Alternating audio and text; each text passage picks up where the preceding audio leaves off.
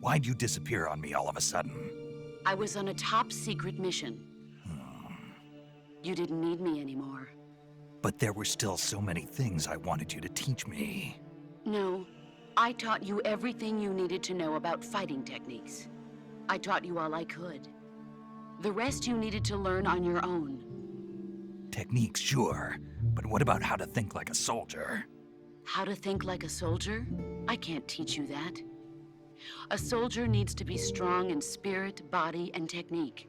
And the only thing you can learn from someone else is technique. In fact, technique doesn't even matter. What's most important is spirit. Spirit and body are like two sides of a single coin. They're the same thing. I can't teach you how to think. You'll just have to figure it out for yourself. Listen to me, Jack. Just because soldiers are on the same side right now doesn't mean they always will be. Having personal feelings about your comrades is one of the worst sins you can commit. Politics determine who you face on the battlefield. And politics are a living thing. They change along with the times. Yesterday's good might be tomorrow's evil. Is that why you abandoned me? No, it had nothing to do with you. I already told you, Jack. I was on a top-secret mission. A soldier has to follow whatever orders he's given. It's not his place to question why. But you're looking for a reason to fight. You're a natural-born fighter, but you're not quite a soldier. A soldier is a political tool, nothing more. That's doubly true if he's a career soldier. Right and wrong have no place in his mission. He has no enemies and no friends. Only the mission. You follow the orders you're given. That's what being a soldier is. I do whatever I have to get the job done. I don't think about politics. That's not the same thing. Sooner or later, your conscience is going to bother you. In the end, you have to choose whether you're going to live as a soldier or just another man with a gun. There's a saying in the Orient, loyalty to the end. Do you know what it means? Being patriotic. It means devoting yourself to your country. I follow the president and the top brass. I'm ready to die for them if necessary. The president and the top brass won't be there forever. Once their terms are up, others will take their place. I follow the will of the leader, no matter who's in charge. People aren't the ones who dictate the missions. Then who does? The times. People's values change over time, and so do the leaders of a country.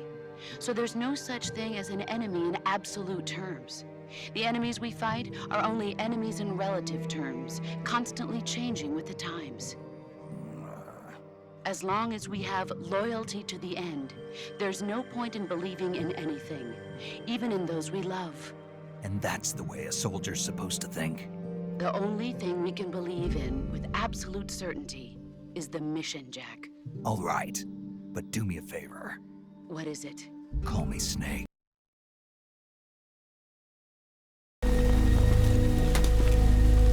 Why'd you defect?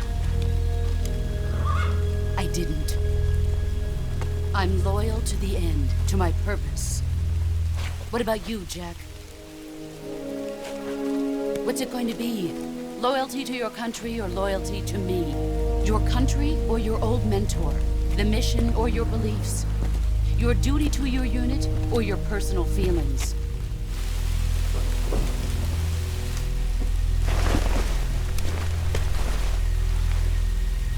You don't know the truth yet. But sooner or later, you'll have to choose. I don't expect you to forgive me.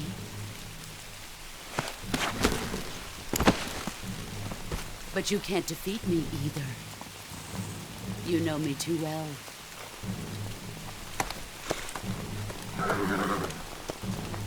Just look at that bandana. If you can't put the past behind you, you won't survive long.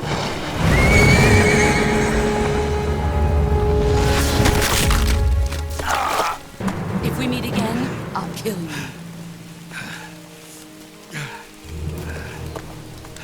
Now, go home.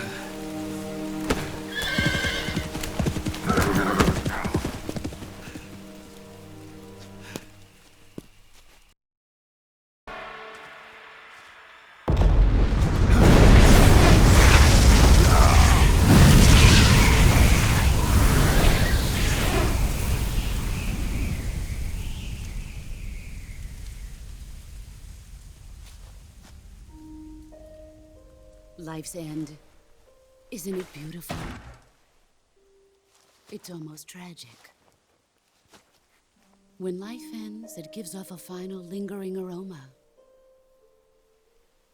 Light is but a farewell gift from the darkness to those on their way to die. I've been waiting, Snake, for a long time. Waiting for your birth, your growth, and the finality of today. Boss, why are you doing this? Why? To make the world one again. The world used to be whole. But with the end of the Second World War, the philosophers began to fight amongst themselves, and the world was torn apart. The Cobras, my comrades who trained and fought alongside me, were torn apart as well. The foibles of politics and the march of time can turn friends into enemies just as easily as the wind changes. Ridiculous, isn't it? Yesterday's ally becomes today's opposition, and this Cold War? Think back. When I was leading the Cobras, America and Russia were fighting together. Now, consider whether America and Russia will still be enemies in the 21st century. Somehow I doubt it. Enemies change along with the times, the flow of the ages, and we soldiers are forced to play along. I didn't raise you and shape you into the man you are today just so we could face each other in battle. A soldier's skills aren't meant to be used to hurt friends. So then what is an enemy? Is there such a thing as an absolute timeless enemy? There is no such thing, and never has been. And the reason is that our enemies are human beings like us. They can only be our enemies in relative terms. The world must be made whole again. The philosophers must be reunited. I will devote my skills to that purpose. And with the Colonel's money, I will achieve that end. Just as I once created the Cobras. They are my family.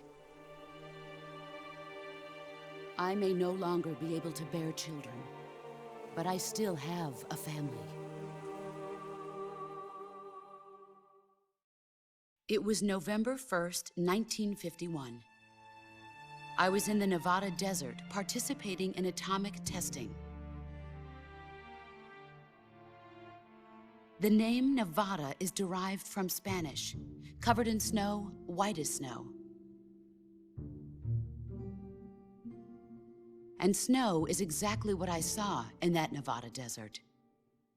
It froze my blood white. Snake, you were an atomic test subject, weren't you? On Bikini Atoll. That's part of the reason I was drawn to you. You and I are alike. We're both slowly being eaten away by the karma of others. We'll never have the chance to die peacefully of old age. We have no tomorrow. But we can still have hope for the future. In 1960, I saw a vision of the ideal future from space. 3 years earlier, the Soviet Union had succeeded in launching Sputnik, the first man-made satellite in history, into orbit. This came as a huge shock to the United States. In response, America threw everything it had into its own manned spaceflight project, the Mercury program. Even as the Soviets seemed poised to send their first man into space, America was still experimenting with chimpanzees and rockets. The government wanted human data. So they secretly decided to send a human being into space. I was the one they chose. At the time, they didn't have the technology to block out cosmic rays, and whoever they sent up would inevitably be exposed to heavy radiation. That's why they chose me. After all, I'd already been irradiated once. Of course, you won't find any of this in the history books. I could see the planet as it appeared from space. That's when it finally hit me. Space exploration is nothing but another game in the power struggle between the US and the USSR. Politics, economics, the arms race, they're all just arenas for meaningless competition. I'm sure you can see that, but the Earth itself has no boundaries. No East, no West, no Cold War. And the irony of it is, the United States and the Soviet Union are spending billions on their space programs and the missile race, only to arrive at the same conclusion.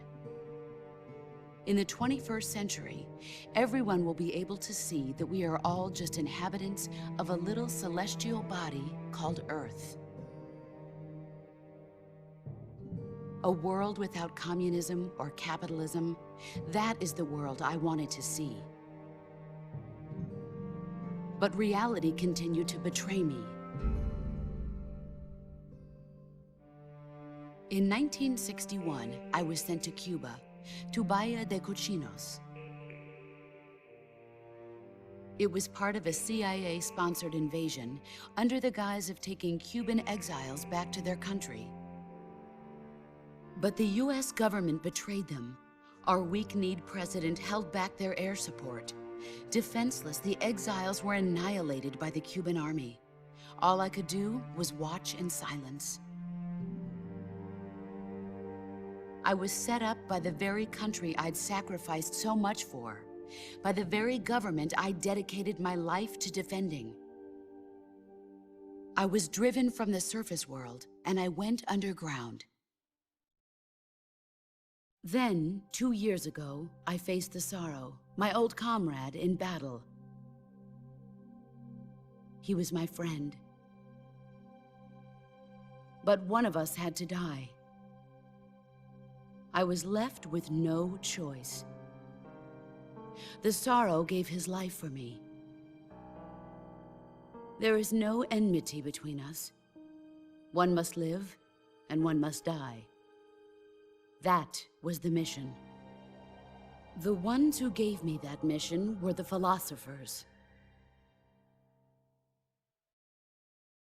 Early in the 20th century, the true holders of power in the United States, the Republic of China, and the newly formed Soviet Union gathered together in a secret meeting that would later be known as the Wiseman's Committee. The secret pact they formed there marked the beginning of the philosophers. But the last of the original members died in the 1930s. After that, the organization began to run out of control, and the Wiseman's Committee degenerated into a mere shell of its former self. The philosophers of today have no sense of good or evil. Their influence extends to countries and organizations involved in every aspect of every war. They have become war itself. That's how they operate. The sacrifices of war cause a shift in the times. This shift leads to renewed conflict, and in turn triggers the next war. Like a nuclear chain reaction, each conflict sparks countless others, forming an endless spiral that will continue on for eternity. Do you understand what I'm saying, Snake? By consuming me and you, the philosophers intend to keep that cycle going forever. It was my father who explained all of this to me. He was one of them. You see, I am the last remaining child of the philosophers. But after he revealed the truth, my father was killed by that same shapeless, formless organization. And my father isn't the only thing the philosophers have taken from me. In June of 1944, the Cobras and I took part in the landing at Normandy. We'd been given a top-secret mission to locate and destroy enemy V-2 rocket installations. I was pregnant at the time. The Sorrow was the father. I gave birth on the field of battle. a beautiful baby boy. But my child was snatched away from me by the philosophers.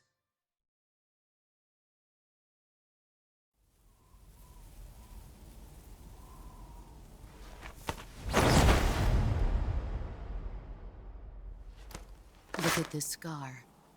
This is proof that I was once a mother. I gave up my body and my child for my country. There is nothing left inside me now.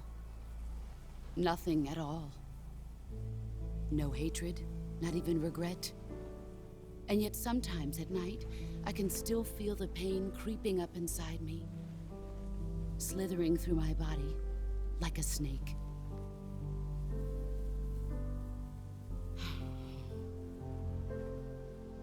I've never talked this much about myself before. Thanks. Thanks for listening to me.